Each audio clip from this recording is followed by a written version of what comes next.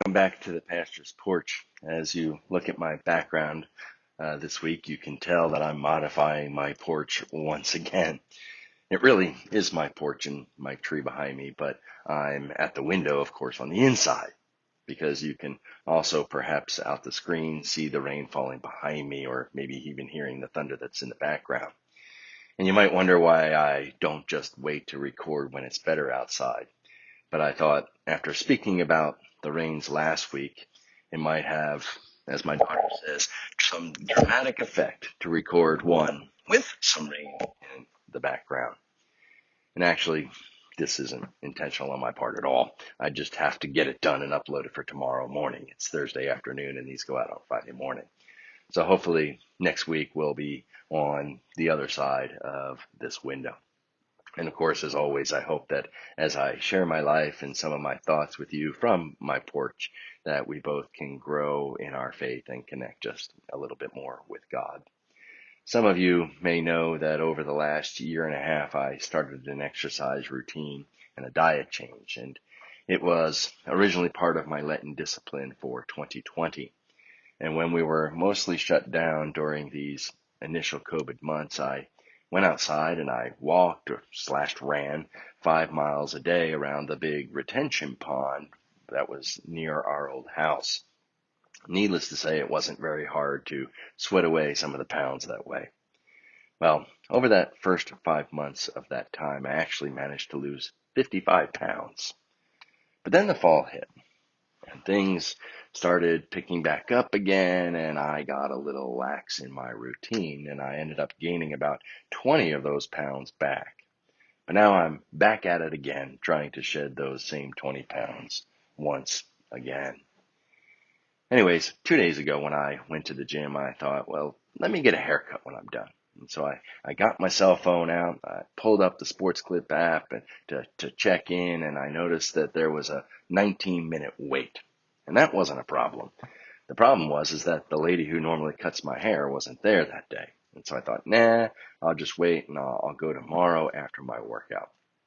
And then yesterday came and I finished my treadmill run and showering and I pulled open the Sports Clip app once again.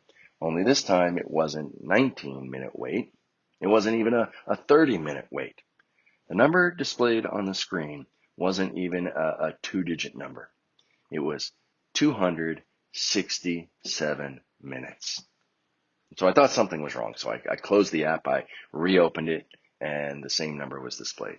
267 minutes. And if I do my math correctly, that's 4 hours and 27-minute wait to get into Sports Clips. And so, as you could probably tell from my video and my hair, that my hair didn't get cut yesterday. And it probably won't get cut until after next Wednesday because that will be after the first day of school. That surely was the reason for such a big delay. Everybody in this area is running around preparing for next week. Every parent is taking their child to go and get their hair cut. Liz has already made the kids' appointments for Saturday afternoon. Parents are flocking to the stores to buy school supplies and backpacks and new clothes that fit better and all the stuff that goes with the first day of school and the new year. I mean, Liz is at the school right now with Avery, getting her schedule and finding out where all of her classrooms are. Well, this got me to thinking about preparation.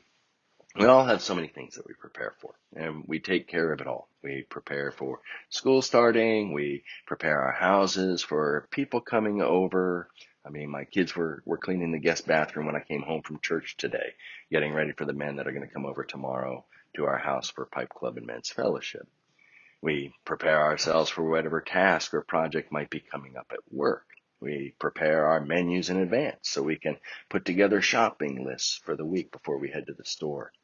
We might even prepare ourselves for, say, hurricane season. Or maybe we even prepare ourselves with an extra package of toilet paper, just in case another crazy toilet paper shortage happens like it did last year. We're all about preparing for what is coming tomorrow, or the next day, or the next month, even if it means a 4-hour wait at the barber shop because there's only 1 week left before school starts. But the thought that came to my mind, and the question I guess that I can ask is, do we put that same kind of preparation in for our soul and our relationship with God? Do we figuratively make our lists and go to the store for that? Do we check in advance for our haircut? Do we go and buy new shoes and clothing and so on when it comes to that side of our life? Now, I'm not talking about just coming to church. I don't want you to think that this video is saying, hey, I know you weren't in church last week or haven't been in a while. You better get back here again. I mean, yes, that is something that needs to be a part of every Christian's life. But I'm going beyond that specific aspect of regularly worshiping God and talking more generally about the way that we approach our daily life or our daily walk with God, just in how we approach our thought processes or our decisions or our choices or even our feelings about our current circumstances in life. Do we prepare our souls to see and trust God in those things? Do we open our eyes to behold God all around us? I think I have some thoughts about that already that I might put into next week's video. Do we shove aside the messiness of the everyday mundane aspects of our life, along with all the pressures and the to-do lists and the anxieties, to let God have his space in our little worlds? Now, that may not be the most theologically accurate way of describing things, but it's just true to the way we think.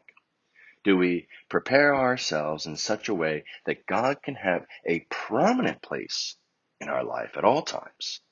Or do we just prepare a tiny place in the background such that God can tag along with us for the ride until we need him? Sometimes I think we lose that focus and we wait until it's the week before school. And then suddenly we make a mad dash to prepare ourselves a little bit better for him. And of course, again, I speak figuratively. But maybe we hit that bad situation or that major health crisis and we go, okay, God, now I'm ready to really commit.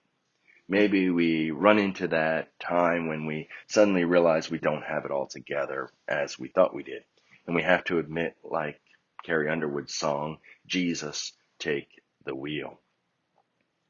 I texted with a young adult recently, and I won't say their name, but basically I said, don't forget to care for your relationship with God, because the temptation is going to be to put that relationship on the back burner and to focus on everything else that is in front of your face. Everything new and everything exciting, even all of the new responsibilities that you have and the freedoms that you have. But the danger is this, that the next thing you know, you've gone a few years down the road, and suddenly you look around and you say to yourself, how did I get here? How did I get here so far away from God? And then I followed it up with these words. How do I know that? And I said, because I've done it. It doesn't matter if we are 10 or 25 or 50 or 90 years old.